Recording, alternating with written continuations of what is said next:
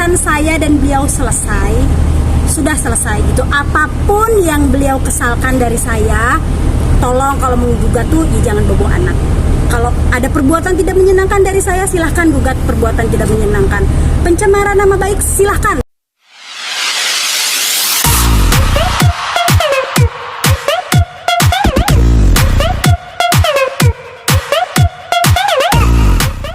Tiga bawain dulu ya.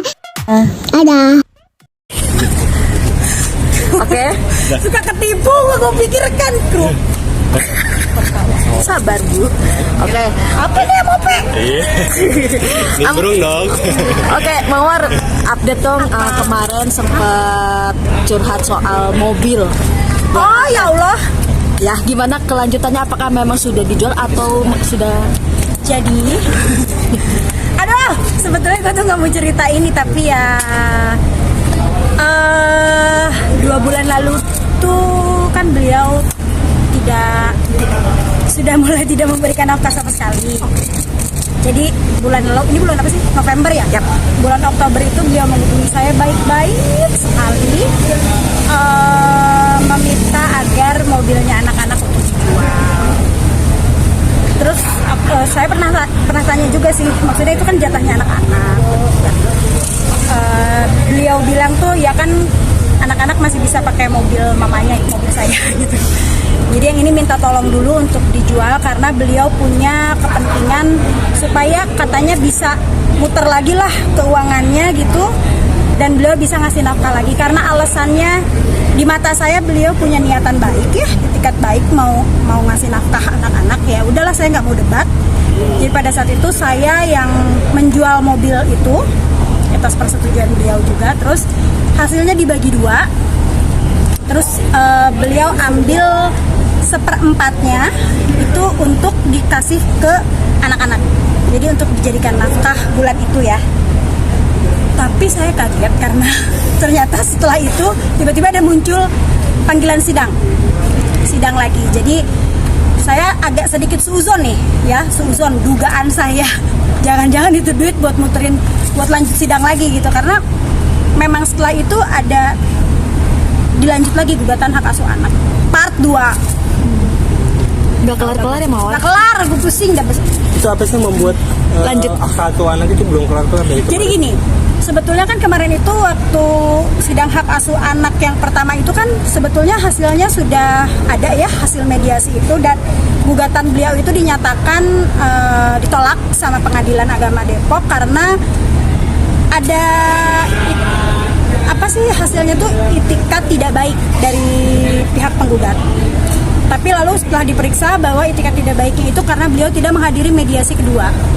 Jadi sebetulnya mediasi kedua sih harusnya nggak usah ada ya. Kalau mediasi pertama sudah berhasil, toh sudah ditandatangani oleh prinsipalnya sendiri. Saya dan beliau dicap, bahkan hakim mediasi pun memberikan surat pernyataan langsung ke pengadilan tinggi bahwa hasil mediasi itu sudah berhasil.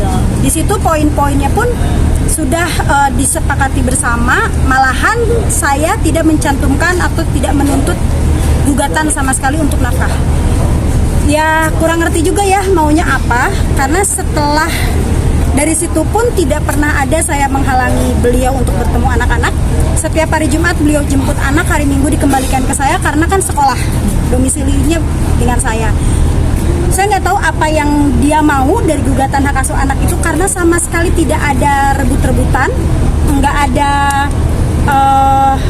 ibarat kata berantem soal anak. Banyak poin di hasil mediasi yang beliau ingkari pun saya tidak protes, karena beliau selalu bilang alasannya anak happy. Jadi ya udah gitu, selama anak itu happy go ahead gitu. Tapi sekarang karena kemarin saya sangat kaget begitu di sidang pertama saya hadir, beliau bilang di depan majelis hakim bahwa kenapa nuntut lagi, karena katanya beliau merasa anak-anak dikuasai oleh saya. Saya menghalang-halangi beliau.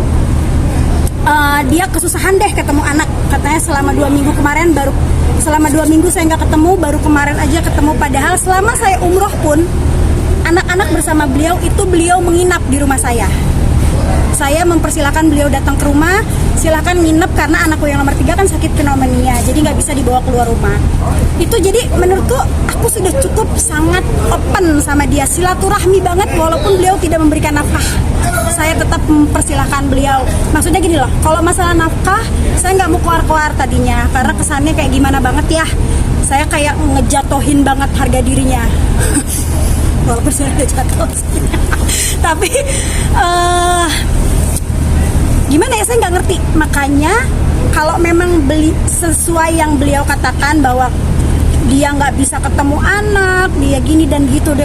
Saya sampai pada saat itu agak emosi waktu sidang. Saya sampai bilang sama majelis hakim tuh kayak gini, apa yang Bapak katakan di sini di depan pada saat sidang dengan di WA itu sangat bertolak belakang. Di WA itu baik-baikin saya, katanya mau damai dan lain sebagainya. Tapi beliau bilang, iya saya mau damai itu masalah nafkah. Saya agak nggak ngerti, damai masalah nafkah itu maksudnya mungkin mau ngasih berapa aja terserah dia, mau ngasih kapan aja terserah dia, suka-suka kali ya, begitu ya maksudnya damai soal nafkah tuh. Tapi kalau soal lain-lain saya tidak mau damai. Jadi kalau gitu ya sudah, kalau memang beliau mau udah menabuh genderang perang ya sekalian aja, anak-anak nggak usah ketemu sama bapaknya lagi. Membeberkan bukti nggak di ruang sidang perihal dia kesusahan, kesulitan untuk bertemu anak? Nah itu dia belum. Jadi memang kemarin itu kan benar-benar yang aku hadir itu sidang pertama itu memang nanya, cuma baru nanya, hakim itu nanya kabarnya gimana setelah 2 bulan ini, ada perubahan apa. Beliau bilang tidak ada. Padahal banyak sekali bukti bahwa anakku pun yang satu itu 1 bulan di rumah dia. Saya punya banyak bukti juga bahwa tidak pernah ada yang namanya saya menghalang-halangi. Malahan yang dia sampaikan ke hakim 2 minggu dia nggak bisa ketemu anak, itu saya punya bukti bahwa sebetulnya beliau yang nggak mau anak-anak ke sana. Jadi pada saat itu saya nanya, anak-anak nggak dijemput di weekend? Dia bilang belum bisa karena saya kerja, ada meeting. Jadi 2 minggu itu beliau nggak ketemu, itu karena beliau yang bilang tidak bisa karena bekerja, bukan saya menghalangi. Saya punya buktinya. Jadi nggak apa-apa, karena memang sekarang udah masuk ke perkara sidang, pemeriksaan perkara. Jadi nanti bukti-bukti Lampirkan. tinggal dikasih aja. Cuma sayangnya ini tuh sidangnya tuh sidang tertutup ya. Saya malah pengennya sidang terbuka. Jadi media sekalian aja nggak usah nanya saya nonton Itu di pengadilan Depok ya? Depok. Oh, Nah ini dia yang aku agak bingung, karena setauku kalau dia di pengadilan agama sudah ada putusan dan dia mengajukan banding harusnya ke pengadilan tinggi kan. Tapi ini dari pengadilan tinggi dioper lagi ke pengadilan agama. Jadi sekarang kayak hasil yang kemarin tuh kayak cuma gimmick jatuhnya gitu. Dari pengadilan tinggi dioper lagi ke pengadilan agama, dan saya akhirnya bersidang lagi di pengadilan agama. Dan yang dilakukan sekarang, proses yang sekarang sedang dilakukan memang keinginan pihak penggugat meriksa pokok gitu lah. Karena katanya beliau mau memberikan bukti-bukti bahwa saya menelantarkan anak. Salah satu buktinya yang lucunya adalah salah satu screenshot dari IG story saya. Jadi pada saat itu saya kerja, memang syuting sampai malam. Waktu itu saya video call anak saya sekira jam 10 gitu, maksudnya tuh jangan nungguin mami kerjanya sampai malam, anak-anak tidur duluan. Itu dijadikan bukti bahwa saya jam segitu masih berada di luar rumah. Logika Bapak, kalau saya tidak bekerja, kamu gak kasih nafkah, anak saya makan apa? Kesel banget ya Teh. Banget lah, gimana sih? Tapi emang Habis ketemu pagi kerja deh. kondisi mantan sedang jatuh secara Nah, itu perekonomian, pilot atau gimana sih Jadi akhirnya? saya tuh jujur ya, masalah itu malahan aku tahu dari teman-teman wartawan loh. Jadi benar-benar dikasih tahu tadi di dalam tuh teman insert ngasih tahu Mama War gini-gini. Gue baru tahu bener-bener. Ya ngapain juga gue nyari tahu kabar dia, Mbak. Tapi kan kemarin yang beredar itu ketika lo cerita perihal mobil dijual dan di salah satu akun gosip menampilkan foto istri barunya dengan gayanya yang mewah, itu gimana? Oh mewah, bener sawah. Aku nggak ngikutin, jujur aja kalau ditanya soal kabar dia sebetulnya aku nggak ngikutin. Cuma kalau misalnya kayak selentingan akhirnya tahu ini, terus ditanya gimana komen saya sebetulnya kalau saya boleh jujur, saya maunya sih beliau kondisi ekonominya baik-baik aja. Kenapa? Kalau kondisi beliau ekonominya bagus, tidak ada alasan untuk beliau tidak memberikan nafkah. Jadi kalau aku tuh nggak pernah loh ngedoain dia punya duit atau apa. Ntar kalau beliau nggak punya duit, kan aku jadi sendirian. Gitu loh. Walaupun sebenarnya punya duit nggak punya duit, gue sendirian tetap. Mawar, semenjak gugatan ini ada, berarti akses mantan suami ke anak udah ditutup sama Mawar? Kalau ditutup banget enggak, karena anak-anak masih tetap WhatsApp, tetap ini. Jadi gini, yang lucunya habis sidang itu hari Selasa atau hari Rabu. Harusnya kan Jumat itu beliau nanya anak-anak dijemput atau enggak. Saya tunggu sampai Sabtu, nggak ada telepon, nggak ada apapun, nggak ada hilal sedikit pun untuk memberikan pernyataan bahwa anak-anak mau dijemput. Pokoknya minggu itu tidak ada. Udah blast tuh ya, weekend itu anak-anak sama saya. Minggu depannya kan saya kerja keluar kota, saya ke Bali, saya bawa semua anak-anak karena mereka juga yang minta untuk ke pantai. Udah dari liburan kemarin itu nggak sempat saya bawa kemana-mana, jadi karena ada pekerjaan di Bali udah saya bopong semua anak-anak. Mungkin beliau tahu, tapi saya rasa beliau pasti tahu, nggak mungkin dia nggak tahu. Anehnya ketika saya berada di Bali baru dia nanya, anak-anak bisa dijemput hari Jumat. Saya nggak respon, saya cuma ngeliat, saya ketawa. Karena Mbak pun bilang, udah dikasih tahu kok Mami, kita lagi di Bali. Jadi buat saya seolah-olah WhatsApp hari itu kayak basa-basi aja kalau beliau menanyakan kabar anak gitu. Jadi ya gue di Bali, lu mau jemput mana gitu. Berarti komunikasi sama Mbak gitu ya? Sama saya, kalau komunikasi sih aku tuh nggak pernah memutus silaturahmi dari dulu juga. Malahan kan yang susah dihubungi dulu beliau sampai 2 bulan nggak ada kabarnya. Tapi anak-anak ada cerita apa sih saat dioper? Iya. Enggak sih, nah itu dia ya. Karena kalau aku dari sisi aku sih nggak mau ngasih tahu ke anak-anak. Energi buruk itu kan nyampe ke anak-anak walaupun kita nggak ngomong ya. Makanya saya selalu ngomong ke papanya pun, ada buktinya saya selalu chat bahwa kalau di depan anak-anak kenapa kita nggak pura-pura kita baik-baik aja. Sampai detik ini pun, sampai terakhir beliau ngejemput anak-anak ke rumah saya pun beliau tidak pernah bisa menatap muka saya, nggak tahu kenapa. Jadi kalau ketemu nunduk mulu gitu, nggak pernah berani. Nggak. Sampai kemarin di sidang pun beliau tidak menatap muka saya. Ngeri kali ya? Takut CLBK kali? Iya. Enggak. Takut ini 3 bulan kemarin nggak dinafkahin, alasannya apa? Kalau yang nol banget sih 2 bulan lah. 2 bulan. Alasannya ya karena keuangannya tidak baik katanya, sedang tidak baik. Tapi aku nggak nanya gimana lagi, cuma ya udah gitu aja. Tapi jadi mengikhlaskan nggak sih mau dinafkain, gak dinafkain? Sangat Mbak, sebetulnya saya dari awal pun sebetulnya saya udah selalu ngomong bahwa masalah nafkah itu kalau bapaknya ada aja silahkan kasih. Kalau nggak ada, yang penting itu buat saya tuh kehadiran, ya kehadiran dia untuk anak-anak. Jangan skip gitu. Maksudnya gini loh, karena anak umur segitu itu kan masih short term memory ya. Short term memory itu kan bisa lupa. Kenapa saya bilang bisa lupa? Karena sejak waktu pernikahan beliau itu kan beliau sempat hilang tuh, nggak bisa dihubungi. Itu anak-anak tidak ada yang menanyakan bapaknya sama sekali. Yang saya ngeri itu justru anak-anak lupa sama bapaknya. Kalau saya ego, kalau saya mementingkan diri saya egois, saya malah seneng anak-anak lupa, kasarnya ya. Biar anak-anak sama saya aja.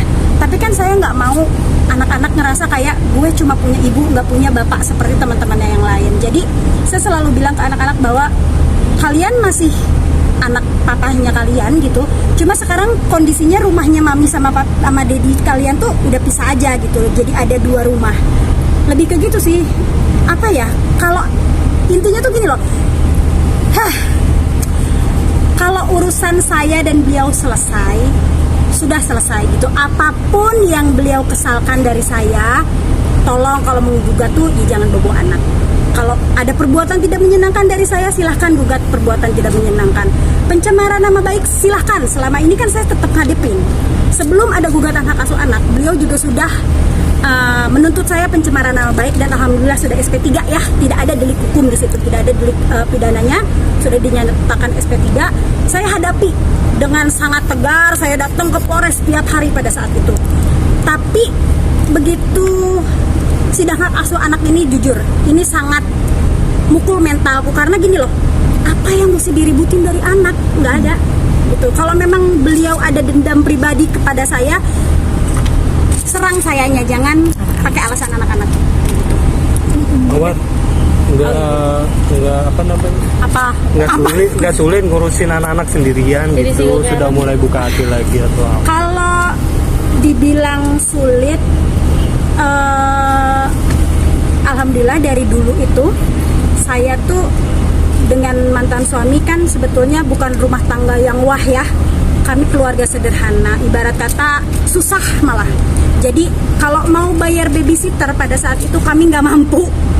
Jadi pada saat kami mampu punya babysitter itu yaitu di tahun 2021 babysitter pertama di mana yang kemudian dinikahi oleh beliau.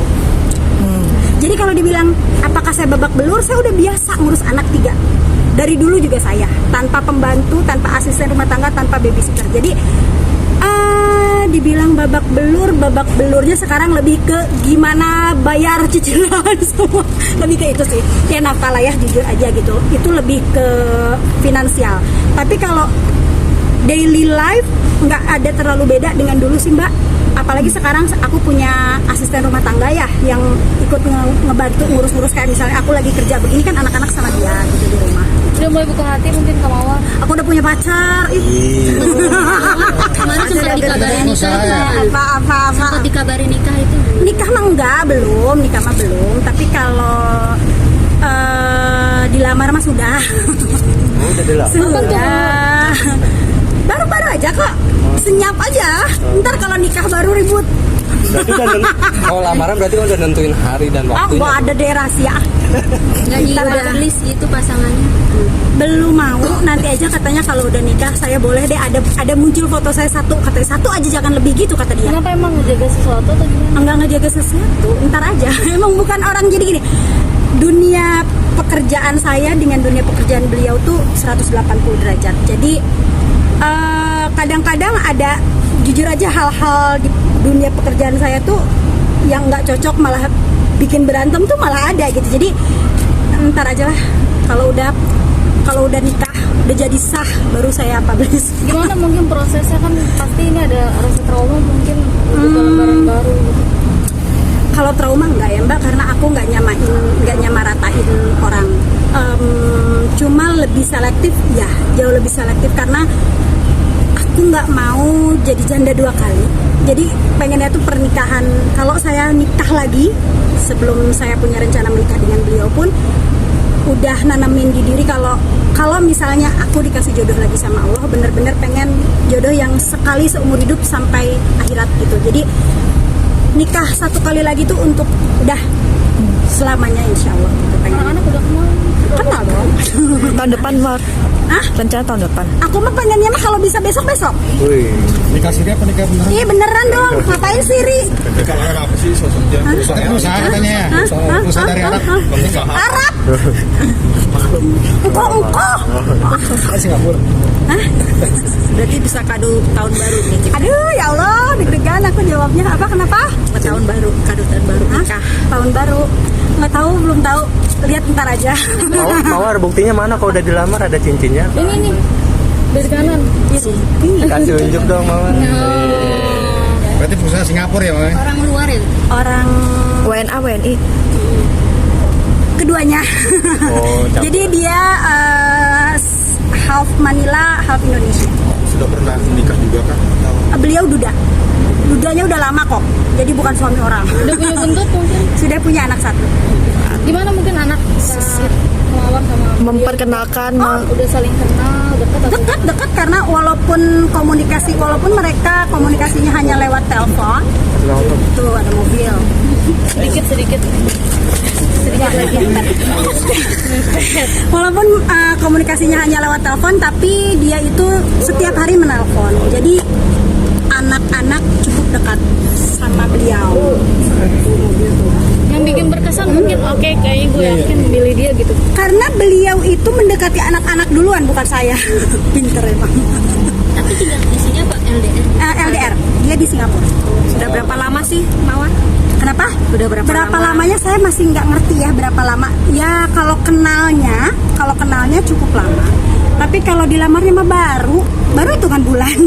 Sebulan di mana Mawar? Kenapa? Kenalnya di mana? Kenalnya bukan orang lama. Mantan ya? Enggak pernah mantan, orang dia dulu suami orang, gimana sih? Teman lama. Tapi ini Kenal aja. pacaran atau udah deh nggak usah pakai pacaran. Enggak pacaran. Aku pacaran gimana, orang jauh dia. Makanya sendiri mulu kemana-mana tuh kasihan. sendal aja ada sepasang. Saya mau kemana-mana sendiri. Mawar, tapi secara mental gimana menghadapi menjelang pernikahan yang kedua? Insya Ntar Allah. dulu, gua nggak mau Insya Allah kan mau menjelang pernikahan yang kedua. Terus Jangan. jaraknya juga LDRan begitu. Gimana secara mental menghadapi itu? Nggak tahu, gue nggak nyiapin mental itu. Jalanin aja pokoknya. Beliau kemarin cuma datang ke Indonesia sebentar, yaitu ngasih cincin aja. Udah jauh lagi sekarang juga kasihannya. Itu cuma bentar banget. Nggak takut LDR kan Banyak godaan. godaannya. Kita berdua sama-sama orang yang pernah gagal menikah.